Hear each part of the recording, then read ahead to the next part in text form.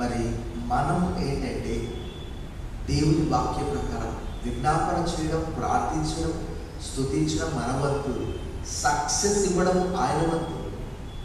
మన పని మనం చేయాలి, దేవుని పాత్ర దేవుడు చేస్తాడు. మనం ప్రార్థనే లేకుండా ఉంటే,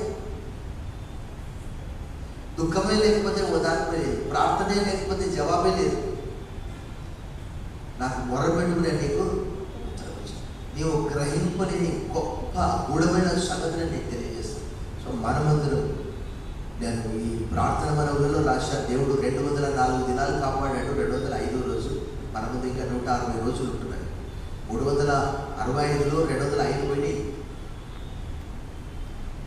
తర్వాత దేవుడు 6 మాసాలు కాపాడాడు మనందరినీ. కొన్ని దుఃఖకరమైన సంఘటనలు కూడా జరిగాయి. మరి వృద్ధురాలు రాహేలమ్మ నిద్రించింది గత శుక్రవారం.